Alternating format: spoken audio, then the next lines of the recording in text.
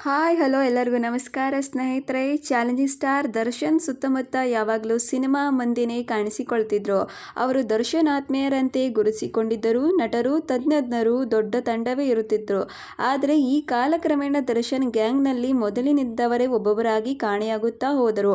ಒಂದು ಕಾಲದಲ್ಲಿ ಆತ್ಮೀಯರಾಗಿದ್ದರ ಜಾಗದಲ್ಲಿ ಮತ್ಯಾರೋ ಬಂದಿದ್ದರು. ಹೊಸ ಗ್ಯಾಂಗು, ಹಳೆ ಗ್ಯಾಂಗು ವೈಮನಸ್ಸು ಕೂಡ ಶುರುವಾಯಿತು ಸ್ನೇಹಿತರೆ.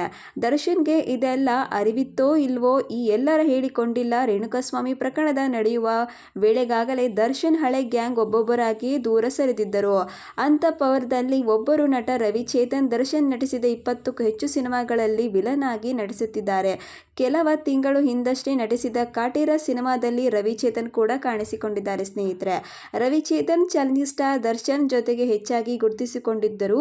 ಕೆಲವ ತೆರೆ ಮೇಲಷ್ಟೇ, ತೆರೆಯ ಹಿಂದೆ ಕೂಡ ಆತ್ಮೀಯರಾಗಿದ್ದರು. ಆದರೆ ಇತ್ತೀಚೆಗೆ ಯಾಕೋ ಹೆಚ್ಚು ಒಡನಾಟವಿರಲಿಲ್ಲ. ಅದಕ್ಕೆ ಕಾರಣವೇನು ಅನ್ನೋದು ಖುದ್ದಾಗಿ ರವಿಚೇತನ್ ಫಿಲ್ಮ್ ಬೀಟ್ ಕನ್ನಡದಲ್ಲಿ ನೀಡಿದ ಸಂದರ್ಶನದಲ್ಲಿ ರಿವೀಲ್ ಕೂಡ ಮಾಡಿದ್ದಾರೆ.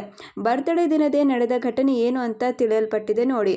ದರ್ಶನ್ ಸಿನಿಮಾ ರವಿಚೇತನ್ ಒಂದಲ್ಲ ಒಂದು ಪಾತ್ರ ಇರುತ್ತಿತ್ತು. ದರ್ಶನ್ ನಟಿಸಿದ ಅರ್ಧದಷ್ಟು ಸಿನಿಮಾದಲ್ಲಿ ರವಿಚೇತನ್ ಖಳನಾಯಕನಾಗಿ ಕಾಣಿಸಿಕೊಂಡಿದ್ದಾರೆ ಸ್ನೇಹಿತರೆ. ರವಿಚೇತನ್ ಪಾತ್ರ ನೋಡಿ ಸ್ವತಃ ದರ್ಶನ್ ಮದುವೆ ಗಂಡು ಅಂತ ರೇಗಿಸಿದ್ರಂತೆ. ದರ್ಶನ್ ಯಾವಾಗಲೂ ಒಂದು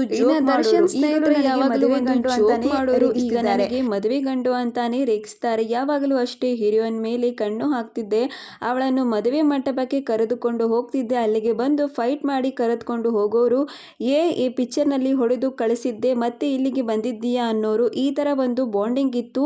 ಅವರು ಅಷ್ಟೇ ಬಿಗ್ ಸ್ಟಾರ್ ಆಗಿದ್ದರು, ತುಂಬಾನೇ ಫ್ರೆಂಡ್ಲಿ ಆಗಿದ್ದರು ಎಂದು ಆ ದಿನಗಳು ರವಿಚೇತನ್ ಕೂಡ ನೆನಪಿಸಿಕೊಂಡಿದ್ದಾರೆ. ದರ್ಶನ್ ಬರುತ್ತಲೇ ಹಳೆ ಗ್ಯಾಂಗ್ ಜೊತೆ ಸಂಪರ್ಕ ಕಳೆದುಕೊಳ್ಳುವಂತೆ ಶುರುವಾಗಿತ್ತು. ಅದಕ್ಕೆ ಕಾರಣ ಅವರೊಂದಿಗೆ ಇತ್ತ 4-5 ಮಂದಿ ರವಿಚೇತನ್ ಹೇಳುತ್ತಾರೆ ಸ್ನೇಹಿತರೆ. ಇನ್ನ ದರ್ಶನ್ಗೆ ತುಂಬಾ ಹತ್ತಿರದಿಂದ ನೋಡಿದ್ದೇನೆ. ಕೆಲವು ಘಟನೆಗಳು ನಡೆಯಿತು, ನಮಗೂ ಕೆಲವು ಇಷ್ಟ ಆಗಿಲ್ಲ. ಯಾರು ಬಂದು ಸೇರ್ಕೊಂಡ್ರು, ಇವೆಲ್ಲವೂ ದರ್ಶನ್ ಹತ್ತಿರ ಮಾತನಾಡಿಕೊಳ್ಳಬೇಕು ಅಂತ ಡಿಸೈಡ್ ಮಾಡಿದ್ದೆ. ಅಷ್ಟರಲ್ಲಿ ಈ ಥರ ಎಲ್ಲ ಆಗೋಯ್ತು. ಅವರು ಅರೆಸ್ಟ್ ಆದಮೇಲೆ ಯಾರು ಯಾವ ಮಾತಾಡಲಿಲ್ಲ. ಸರ್ ನೀವೇ ಸರ್ ಮೊದಲು ಮಾತಾಡಿರೋದು ಅಂತ ಮಾಧ್ಯಮದವರು ಹೇಳಿದರು. ಇನ್ನು ನಾನು ಕಂಡ ದರ್ಶನ್ ಅಲ್ಲ ಇದು, ನೀವ್ಯಾಕೆ ಹೀಗೆ ಬಿಂಬಿಸುತ್ತಿದ್ದೀರಾ ಅಂತ ಹೇಳಿದೆ ಎಂದಿದ್ದಾರೆ ನಟ ರವಿಚೇತನ್ ಅವರು. ದರ್ಶನ್ ಅವರು ಆಚೆ ಬಂದಾಗ ನಾನು ಹೇಳಿರೋದನ್ನು ನೋಡಿದಾದರೂ ಇಲ್ಲವೋ ಗೊತ್ತಿಲ್ಲ. ನೋಡಿದರೆ ಒಂದು ಮೆಚ್ಚಿಕೊಳ್ಬೇಕಿತ್ತು, ಇನ್ನೊಂದು ಬೈಬೇಕಿತ್ತು, ಎರಡನ್ನೂ ಮಾಡಿಲ್ಲ. ಹಾಗಾಗಿ ನಾನು ಸುಮ್ಮನೆ ಇದ್ದೇನೆ. ಕಳೆದ ಬಾರಿ ಬರ್ತ್ಡೇಯಲ್ಲಿ ಅವರನ್ನು ಭೇಟಿ ಮಾಡಿದ್ದೆ ಅಷ್ಟೇ, ಆಮೇಲೆ ಮಾತನಾಡಲಿಲ್ಲ. ಕಳೆದ ಬಾರಿ ಬರ್ತ್ಡೇಗೆ ಹೋದಾಗ ನನಗೂ ಒಂದು ಕಹಿ ಅನುಭವ ಆಗಿತ್ತು. ಅದೇನು ಅಂತ ಹೇಳೋದಕ್ಕೆ ಆಗುವುದಿಲ್ಲ. ಹುಟ್ಟುಹಬ್ಬಕ್ಕೆ ಹೋದರೆ ಊಟ ಮಾಡದೆ ಹಾಗೆ ಬಂದ್ಬಿಟ್ಟಿದ್ದೆ. ಅವತ್ತು ಊಟ ಮಾಡೋಕ್ಕೆ ಮನಸ್ಸೇ ಆಗಿಲ್ಲ. ಅಷ್ಟರಲ್ಲಿ ಆ ವಿಷಯವನ್ನು ಹೇಳೋಣ ಅಂತಿದ್ದೆ. ಅಷ್ಟರಲ್ಲಿ ಹೀಗೆಲ್ಲ ಮಾಡಿಕೊಂಡರು. ಸುತ್ತಮುತ್ತ ಇರುವ ಜನ ಸರಿ ಇಲ್ಲ. ಕುರುಕ್ಷೇತ್ರನೇ ಕೊನೆ. ಅವರ ಸ್ನೇಹಿತರೆಲ್ಲ ಜೊತೆಯಲ್ಲಿ ಇರೋರು, ಸಿನಿಮಾ ಜೊತೆಗೆ ಇರೋರು, ಡೈರೆಕ್ಟರ್ ಪ್ರೊಡ್ಯೂಸರ್ ಜೊತೆ ಇರೋರು, ಕೂತರು ನಿಂತರು ಸಿನಿಮಾ ಬಗ್ಗೆನೇ ಮಾತನಾಡೋರು. ಅದೇನೋ ಒಂದು 3-4 ಜನ ಸೇರಿಕೊಂಡ್ರು. ಅವರ ಸ್ನೇಹಿತರು ಒಂದಿಷ್ಟು ಜನ ಬಿಟ್ಟು ಹೋದರು.